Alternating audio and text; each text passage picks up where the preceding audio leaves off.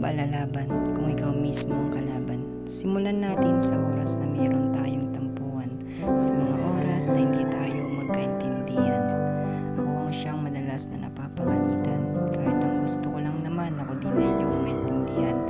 Tao lang din ako nasasaktan, pareho lang tayong nahihirapan. Naway iyong maintindihan na pareho tayong nasasaktan sa mga oras na puno ng tampuhan. Hindi ka ba napaisip kung bakit mas pinili kong manahimik kaysa ipilit na minsan tama ako at mali ka? Mas sinuhon ako kasi kung anong mararamdaman mo kaysa sa mararamdaman ko. Kaya paano pa lalaban ng taong to kung takot naman masaktan ang isang tulad mo? Mas mabuting hindi lumaban, manahimik kung kinakailangan, ilaban kahit nahihirapan. Ang pagsuko ay hindi ko